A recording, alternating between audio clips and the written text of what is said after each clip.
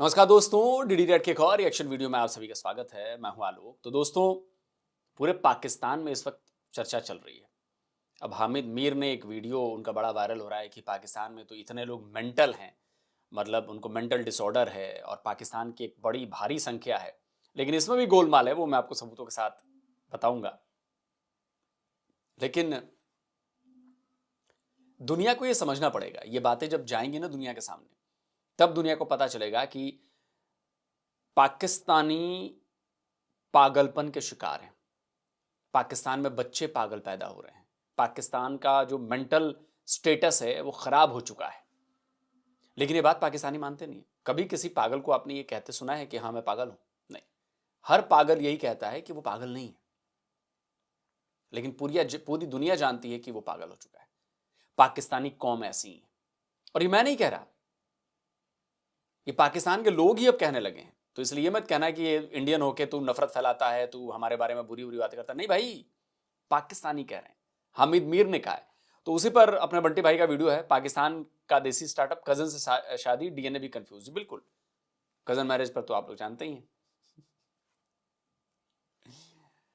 चलिए वीडियो देखते हैं। क्या आप जानते हैं कि पाकिस्तान में 8 करोड़ से ज्यादा अफराद जो हैं वो ज़हनी बीमारियों का शिकार हैं। उस दिन एक मशहूर कॉल है कि खुदा उस कौम की हालत नहीं बदलता जिसे खुद अपनी हालत बदलने का ख्याल ना हो। वाह वाह। और हमने अल्लाह की मदद आते हुए देखी, ऐसे तो नहीं होता है, महसूस की।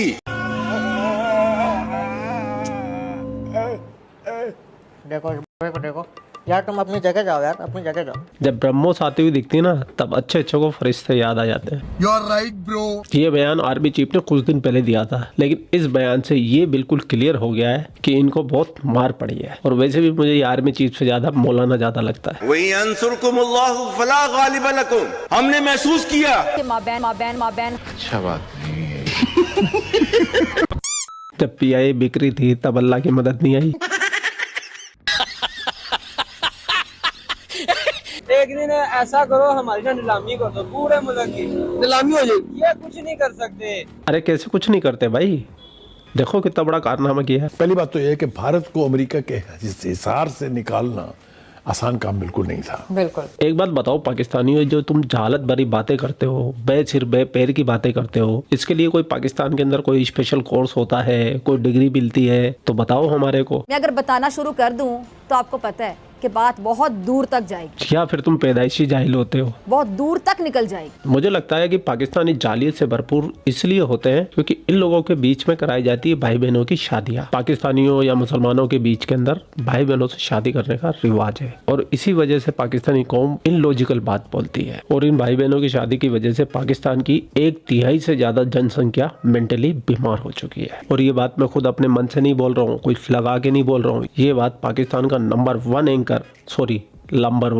वो खुद बता रहा है। क्या आप जानते हैं कि पाकिस्तान में 8 करोड़ से ज्यादा अफराद जो हैं वो ज़हनी बीमारियों का शिकार हैं। मेंटल हेल्थ पाकिस्तान की तकरीबन 1/3 पॉपुलेशन का एक प्रॉब्लम बन चुकी है। ये तो 1/3 बता रहा है, मुझे लगता है कम से कम 2/3 होंगे। टोटल आबादी को सामने रखें और 1/3 जो आबादी है, अगर आप इसको सामने रखें तो बड़े ही खौफनाक अदादोशुमार और हकायक जो है वो सामने आते हैं। बिल्कुल चाचा, एक से एक जेल सामने आते हैं। अब इसमें जो 2.5 करोड़ पाकिस्तानी हैं उनको डॉक्टर की जरूरत है, यानी कि उनको माहिर नफ्सियात की जरूरत है ना आपके पास हीरा मंडी की मशहूर डॉक्टर फिजा खलीफा। मैं हूँ डॉक्टर फिजा खान। कराओ उससे इलाज। अच्छा। उस बंदे ने अपने आशिक इंडिया में भी बना रखे, पाकिस्तान में बना रखे। और सुने, और हमारे चैनल पे तो सारे फिजा के आशिक है भाई। वाह वाह। फिजा के हुस्न का दीदार करना चाहते हैं। आप ये सुनकर हैरान होंगे कि इतनी बड़ी आबादी का मुल्क है पाकिस्तान, इसमें जो टोटल साइकाइट्रिस्ट हैं, माहिरीन नफ्सियात हैं,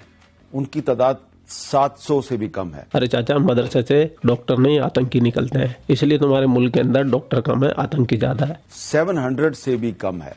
तो कितना बड़ा मसला है। खैर अब तो डॉक्टरों पे भी भरोसा नहीं है, क्योंकि दिल्ली में जो घटना हुई है उसके बाद से तो तुम्हारी कौम के डॉक्टर भी आतंकी बन जाते हैं। फिर हमारे देश में ये चूरन चटाया जाता है कि आतंकवाद का कोई धर्म नहीं होता। अरे भाई, वो अल्लाह अकबर बोल के फटते हैं। जब तुम बीमारी का इलाज कैसे करोगे जब तुम्हें बीमारी की वजह ही नहीं पता? असली वजह तो रेडिकल इस्लाम है। खैर मुद्दे पे आते हैं। और फिर ये जो ज़हनी बीमारियां हैं, इनका ताल्लुक जो है वो सिर्फ एक दूसरे के साथ जो हमारी रोजमर्रा की जो गुफ्तगू होती है या मेल जोल है या बिहेवियर है उससे नहीं है। इसका ताल्लुक हमारी पूरी एनवायरनमेंट के साथ है। जिस मुआशरे में हम रहते हैं, इस मुआशरे में सिर्फ इंसान एक दूसरे के लिए जहनी बीमारियां पैदा नहीं करते, बल्कि जो हमारा माहौल है, हमारी सड़कें हैं, हम जो पानी पीते हैं, हम जो खाना खाते हैं, ये सारे का सारा जो है ये जिस्मानी बीमारियां भी पैदा करता है और जहनी बीमारियां भी पैदा करता है। मतलब कि ये चाचा ये मान चुके हैं कि पाकिस्तान जीता जागता नरक है।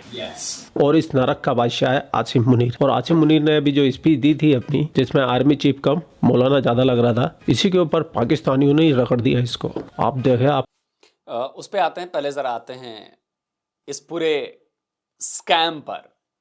ये स्कैम है कि पाकिस्तान में 80 मिलियन 1/3 जो है वो मेंटल इलनेस के शिकार है। ये स्कैम है। कैसे स्कैम है मैं आपको बताता हूं। देखिए, ये द एक्सप्रेस ट्रिब्यून पाकिस्तानी अखबार है। ये खबर छपी थी सितंबर 6, 2024, मतलब कि पिछले साल से ज्यादा हो गया इसको। अक्टूबर, नवंबर, दिसंबर, मतलब 1.25 साल हो गए। 1.25 साल पहले ये खबर छपी कि भाई 80 million adults suffer from mental issues ministry, यानी कि पाकिस्तान की जो मिनिस्ट्री है उसने कहा कि जी 80 मिलियन मतलब 8 करोड़ लोग जो हैं, 24 में से 1/3 24 करोड़ या 20 करोड़ कह लीजिए तो उसमें से 8 हो गए ना, फिर 22 करोड़ कह लीजिए, 25 करोड़ कह लीजिए यार, तो 8 करोड़। ये 1.25 साल पहले की खबर है, ठीक। 80 मिलियन याद रखिए। अब स्कैम क्यों कह रहा हूं मैं ये भी देखिए। अब ये एक और पाकिस्तानी अखबार है द न्यूज इंटरनेशनल, ये उसकी खबर है। कब की? 22 मई 2017 की। ये मैंने आपको दिखाई खबर 24 की, 2 साल और पुरानी, उसमें भी यही खबर छपी थी। 80 million Pakistani suffering from psychological mental illness, यानी कि 2017 में ही यह खबर छप गई थी कि 8 करोड़ पाकिस्तानी मेंटल इलनेस के शिकार हैं। आज है 2025, इस बात को बीत चुके हैं 8 साल। आपको लगता है कि 8 साल में संख्या बढ़ी नहीं होगी? इसलिए मैं कह रहा हूं स्कैम है। इस समय मुझे लग रहा है कि पूरा पाकिस्तान मेंटल इलनेस का शिकार है, लेकिन स्कैम यही खत्म नहीं होता। यह मैंने आपको दिखाया 2017 में। अब जरा 2016 की रिपोर्ट देखिए। 2016 में डॉन की रिपोर्ट है ये। 50 million Pakistanis suffering from mental disorders, October 9, 2016। मतलब आप जरा सोचिए कि 2016 में डॉन कहता है कि 50 मिलियन लोग पाकिस्तानी जो हैं वो पागल हैं। 2017 में, एक साल बाद, द न्यूज इंटरनेशनल कहता है 80 मिलियन पाकिस्तानी जो है वो मेंटल इलनेस के शिकार हैं, मतलब 8 करोड़। और 2024 में फिर इनका अखबार कहता है कि 80 मिलियन ही है। मतलब यहां पे एक साल में 50 से 80 हो गए, लेकिन 2017 के बाद से वो अभी तक 80 मिलियन ही है। 8 साल बीत गए उसके बाद। 2017 के बाद 8 साल बीत गए। 2016 में 50 मिलियन होते हैं पाकिस्तान में पागल लोग, 5 करोड़ लोग। 2017 में 80 मिलियन पाकिस्तानी हो जाते हैं और 2025 में भी 80 मिलियन है। Can you believe? Do you believe? है ना स्कैम? तो डॉन की उसी रिपोर्ट में जो 2016 की थी, उसमें एक बड़ी इंपॉर्टेंट बात लिखी थी, मैं आपको पढ़ के सुनाता हूं। The illness affects 15 to 35 million adults, which is about 10 to 20% of the population। मतलब 15 से 35 मिलियन तो अडल्ट्स को ये इलनेस है, मतलब युवाओं को, यानी कि 20% जो पाकिस्तान की पॉपुलेशन में युवा हैं वो पागल हैं, मेंटल इलनेस के शिकार हैं। और ये 2016 की बात है। आज 8 साल हो चुके हैं। 8 साल में तो एफडी भी शायद डबल हो जाती है। लेकिन अभी भी देखिए क्या है। द इंटरनेशनल न्यूज कहता है, 6 सितंबर 2025 की रिपोर्ट है कि nearly 38% Pakistani is battling mental health disorders as WHO warns of global crisis. 38% ये कह रहा है 2025 में। सितंबर की रिपोर्ट है, बस कुछ ही महीनों पहले की रिपोर्ट है, 3 महीने पहले की रिपोर्ट है। और मैं दावा करता हूं कि 38% नहीं है, 50% से प्लस लोग पाकिस्तान में पागल हो चुके हैं। आधा देश पागल हो चुका है पाकिस्तान। और ये सिर्फ इसलिए रेडिकलाइज्ड, इस्लामाइजेशन, एकदम कट्टरता पूरी। और यही हाल बांग्लादेश में भी देखने को मिल रहा है। ज़ॉम्बीज बन गए ये लोग। पाकिस्तानी भी ज़ॉम्बीज बनते जा रहे हैं, बांग्लादेशी भी ज़ॉम्बीज, सॉरी पूर्वी पाकिस्तान भी ज़ॉम्बीज बनते जा रहे हैं। इसीलिए ये हुआ है। और WHO की रिपोर्ट है, मैं आपको दिखा देता हूं कि Pakistan has one of the highest mental illness rates in the world according to WHO estimates. ये पुरानी रिपोर्ट है, उस समय 24 मिलियन कह रहा था ये, लेकिन वन ऑफ द हाईएस्ट पागल लोग जो हैं, जो देश है वो पाकिस्तान है, जहां पर सबसे ज्यादा पागल लोग रहते हैं। सुन के बुरा लग रहा होगा, लेकिन बुरा मत मानो भाई, इसमें मेरा कोई रोल नहीं है। ये आपके देश का पत्रकार कह रहा है, आपके देश की सारी मीडिया उठा के कह रही है। हाँ, स्कैम मैंने बता दिया कि 2016 में 50 मिलियन थे, एक साल में बढ़कर 2017 में वो 80 मिलियन होगा, और 2017 से शाहिद अफरीदी की उम्र की तरह वो 2025 में भी 80 मिलियन ही है। जैसे शाहिद अफरीदी की उम्र नहीं बढ़ी, वो पिछले 35 साल से वो 18 का ही रहा, वैसे ही 2016 से 80 मिलियन ही रहे। सॉरी, 2017 से 8 साल बाद भी 80 मिलियन ही पाकिस्तान में पागल लोग हैं। मुझे लग रहा है 100 मिलियन से ऊपर हो चुके हैं, 12-13 मिलियन हो गए होंगे, सॉरी 120-130 मिलियन हो गए होंगे, आधी आबादी। चलिए आगे बढ़ते हैं। देखिए, आपको बड़ा आनंद आएगा भैया। अब सवाल ये है कि पाकिस्तान की तो पहले भी बहुत सारी जंगें हुई हैं, क्या उस वक्त अल्लाह की रहमत जो है वो नहीं आई थी हम पर? 1971 में अल्लाह की रहमत हमने क्यों नहीं आते देखी और महसूस की? कारगिल में हमारे साथ ऐसा क्यों नहीं हुआ? अल्लाह की फौज अब सोशल मीडिया से जंग जीतेगी तो जाके कुछ और करेगी, ये बयानिया है इनका। और इस्लामी फौज, अल्लाह की फौज जिसने गज़वा हिंद लड़ना है, वो अगर इस दुश्मन के खिलाफ लड़ लेती, यहाँ फरिश्ते मदद करे, तो 71-65 तो कारगिल में क्यों नहीं आए? हमारे जो मिसाइल जिन्हें जंग लग रहा है, जो हमने इंडिया के खिलाफ भी इस्तेमाल नहीं किए, जबकि इंडिया हमारा फेंटा लगाता रहा 4 दिन, उन मिसाइलों को जंग लग रहा है पड़े पड़े। जैसे तकरीर में एक अहम पहलू ने कहा, जैसे शहबाज शरीफ कहता था कि रात 2 बजे फजर की नमाज पढ़ के हिंदुस्तान के हमले का जवाब दिया। आज आर्मी चीफ ने जिक्र किया कि बयानुल मरसूस हिंदुस्तान के खिलाफ जंग में अल्लाह की मदद आई, फरिश्ते आए बाकायदा। उन्होंने कहा इन्होंने महसूस किया, खुद देखा है, कुरान की आयतें भी पढ़ के सुनाई। अब ऑन रिकॉर्डेड ये बातें हैं कि हिंदुस्तान की जंग को चीन की मदद से जीती जाना, जहाज भी चीन के, लाइव लोकेशन भी चीन की, निशाना कहाँ बनाना है। अब अल्लाह ताला ने मदद चीन के जरिए की हो तो अलग बात है, चीनी वैसे अल्लाह को नहीं मानते, और अल्लाह ने उन्हें क्या कहा होगा, हुक्म क्या दिया होगा, लेकिन ख्वाजा आसिफ ये भी नहीं मानता ना, मसला ये। तो कहीं चीन को इन्होंने अपना अल्लाह तो नहीं बना लिया? पाकिस्तानियों ने, आसिफ मुनीर ने चीन को अपना अल्लाह बना लिया होगा इन लोगों ने। ये भी तो हो सकता है ना कि वो कह रहे हो चीन को, लेकिन वो कह रहे हो कि नहीं, चीन का हमने नाम बदल दिया, हमने अपने लिए अल्लाह कर लिया है। बाकी दुनिया में मुसलमानों के लिए अल्लाह उनके कुछ और हैं, पाकिस्तानी फौज ने अपना अल्लाह बदल लिया हो, ये भी तो हो सकता है ना। कुछ भी कर सकते हैं ये पाकिस्तानी, इसलिए मैं इन्हें फेक मुसलमान कहता हूं। वो कहता है तीनों जंगें हम पहले भी हारे हुए हैं, 65 की, 71 की, कारगिल की। और इस्लामी फौज, अल्लाह की फौज जिसने गज़वा हिंद लड़ना है, वो अगर इस दुश्मन के खिलाफ लड़ लेती, यहाँ फरिश्ते मदद करे, तो 71-65 तो कारगिल में क्यों नहीं आए? जनरल बाजवा को अल्लाह की मदद क्यों नहीं? वो मुसलमान नहीं था। ये जो याद सादे कहता है उसकी टांगें कांपती थी, माथे पे पसीना था, टैंकों में तेल नहीं था। हनीफ अब्बासी ने तो अभी कह दिया, देख लें उन टैंकों में तेल नहीं था, लेकिन अब टैंकों में तेल निकला है। अब ये जंग तो फ़ज़ाइया की जंग थी, सब जानते हैं, और फ़ज़ाइया की मदद अल्लाह ने भेजी होगी, वो भी अल्लाह के शाहीन कहलाए जाते हैं। अब इन्हें तो ये भी पूछना चाहिए कि परवेज़ मुशर्रफ भी सैयद था, सैयद परवेज़ मुशर्रफ, तो अल्लाह की मदद उसके लिए क्यों नहीं आई? वो अमेरिका की दहशतगर्दी की जंग में कौन से अल्लाह से मदद मांग रहा था कि हमारे साथ, जब अमेरिका से पूछा था हमारे साथ हो या हमारे मुखालिफ हो? क्या अल्लाह की मदद ये तो नहीं थी कि अफगानियों पर जाके अपने मुसलमान भाइयों पर चढ़ जाएं? अगर अल्लाह की मदद फिर मैदान जंग में आई तो मईशत के मैदान में क्यों नहीं आती? IMF को जो कर्जे आप लेते हैं, अमेरिका बरतानिया से क्यों लेते हैं? फिर ये इसराइल की हिफाजत के लिए जब जंग में जाएंगे तो अल्लाह की मदद किस तरफ से आएगी? फ़लस्तीनियों को आएगी, आपको आएगी, या इसराइल को आएगी? तो इसलिए इनके बहुत सारे इसमें सवालात पैदा हो गए। दहशतगर्दी का इल्ज़ाम भी इन्होंने कहा कि 70% अफगानी है, ये उसकी वजह से हो रहा है, ये आके हमारे बच्चों का खून बहाते हैं। दहशतगर्दों को तो चले छोड़ें, एहसानुल्लाह एहसान 140 बच्चे हमारे फौज की हिरासत से भागा। ये कह रहे हैं कुर्बानियों को ये सिला दिया जा रहा। अब अफगानियों से ये बात करें तो वो कहते हैं जी हमारे नाम पे तो हमने अक़वाम मुत्तहिदा मिलिट्री एड पे जो डॉलर्स इकट्ठे किए हैं, सोवियत यूनियन की जंग में हमारी तबाही बर्बादी की है, पाकिस्तान से जिहादी तंजीमें बनाकर यहाँ भेजते रहे। जैसे वो जनरल ज़ियाउल हक मर्द मोहन मर्द हक का नारा लगाने वाला मदरसों से बच्चों को निकाल के जिहादी ट्रेनिंग, जो ख्वाजा आसिफ ने कहा है, ख्वाजा आसिफ ने इंटरनेशनल मीडिया पे कहा है कि हमने छोटे बच्चों को जिहादी बनाकर वहाँ भेजा, इतराफ़ किया है, तो जिम्मेदार फिर अफगानिस्तान हुआ या ये हुआ। ऑपरेशन बनियानुल मरसूस में अल्लाह की मदद आते हुए देखी, महसूस की। इसको पहले सुन ले, इस पर बात करते हैं। मेरा खुदा गवाह है, ये बुनियानुल मरसूस में अल्लाह की मदद आई, हमने अल्लाह की मदद आते हुए देखी, महसूस की।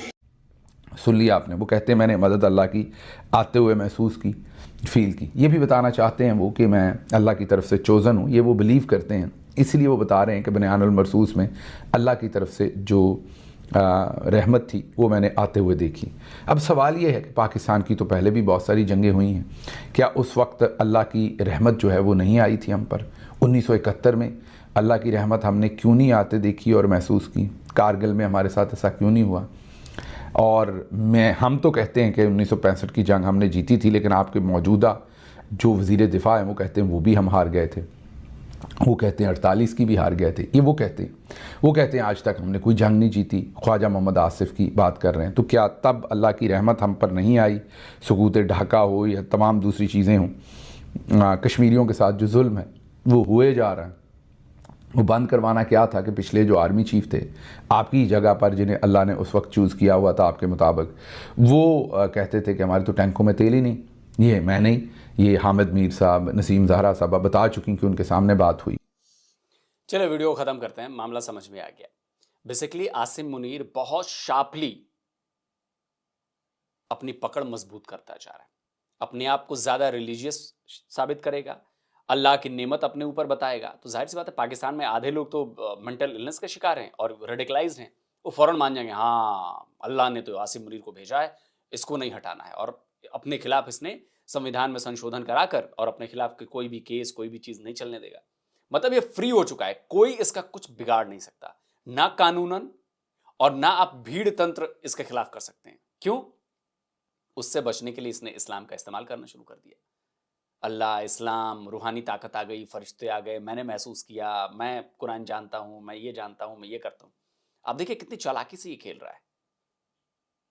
जो रेडिकल माइंडसेट के लोग हैं, जो उकस कर इसके खिलाफ आ सकते हैं, अब वो नहीं आएंगे क्योंकि वो समझते हैं कि नहीं यार अल्लाह का बंदा है, यार नेक बंदा, अल्लाह ने इसको खुद भेजा है, एकदम खुद ही बोला, उठाकर पिक किया, ऐसे निकाला, बोला कि आसिम मुनीर तू जा, तू मेरा अपना बंदा है भाई, तू मेरा अपना बंदा है, भेजा है। तो इस तरह से उसने पूरे मास को अपने साथ कर लिया। और दूसरी तरफ पॉलिटिकल लीडरशिप कुछ नहीं कर पाए, बाकी कोई नहीं कुछ कर पाए, इसलिए उनको कानून के साथ संविधान में बदलाव करके, आईन में बदलाव करके कानूनी बनवा लिया कि तुम लोग मेरा कुछ नहीं बिगाड़ सकते। लेकिन डर अभी भी है आसिम मुनीर को, और डर है मारे जाने का। अब जो लेटेस्ट खबर मिली है उसके मुताबिक क्या हुआ है दोस्तों, कि ये GHQ के अंदर बुलेट प्रूफ शीशे वाले में आकर भाषण देता है। जैसे कोई मीटिंग कर रहा है, किसी कमांडर्स को अपने देना है, जहां पे इसके गिने चुने कमांडर्स हैं मिलिट्री वाले, GHQ के अंदर, वहां भी सामने वो बुलेट प्रूफ ग्लास लगवा के रखा हुआ है, लगवा लिया है। इसके अलावा जहां भी जा रहा है वो बुलेट प्रूफ पहन के जा रहा है अंदर, इतना डर है इसको। और शहबाज गिल जो हैं वो इस बात के लिए कह भी रहे हैं, सुनिए, वीडियो सुनिए। तो मैं आसिम मुनीर से ये पूछना चाहता हूं कि जब अल्लाह की इतनी नेमत है तुम्हारे ऊपर, अल्लाह की इतनी मदद तुम्हारे ऊपर, तो फटी क्यों पड़ी है बे? कि हर जगह जा रहे हो तो बुलेट प्रूफ जैकेट पहन के जा रहे हो, वेस्ट पहन के, जैकेट नहीं वेस्ट पहन के जा रहे हो। सऊदी अरब में तुम्हें इनाम मिलता है तो वहां भी बुलेट प्रूफ पहन के कोई ठोक ना दे।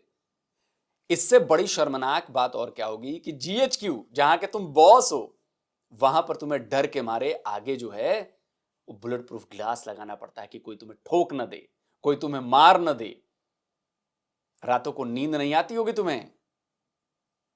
तो दोस्तों ये है आसिम मुनीर। अल्लाह की रहमत आई थी, हमने महसूस की थी, तो छाती चौड़ी करके घूमना बे। तुम लोग तो कहते हो कि मुसलमान डरता नहीं है किसी से, तो ये बुलेट प्रूफ वेस्ट किस लिए पहन के घूम रहे हो हर जगह? बुलेट प्रूफ शीशा लगा के अपने ही कमांडर्स के सामने भाषण दे रहे हो, वो भी बुलेट प्रूफ ग्लास लगवाकर। कितनी बेइज्जती है यार। पाकिस्तानी आर्मी की इससे बड़ी बेइज्जती नहीं हो सकती। ये आसिम मुनीर की बेइज्जती नहीं है, पाकिस्तानी आर्मी की बेइज्जती है। यानी आसिम मुनीर को पता है कि पाकिस्तानी आर्मी में ऐसे लोग हैं, ऐसे कमांडर हो सकते हैं जो ठां बोल दें किसी दिन इसको। यही है ना। आप क्या कहते हैं दोस्तों, कमेंट करिए। जल्दी मिलता हूं एक और नए वीडियो के साथ। नमस्कार, जय हिंद।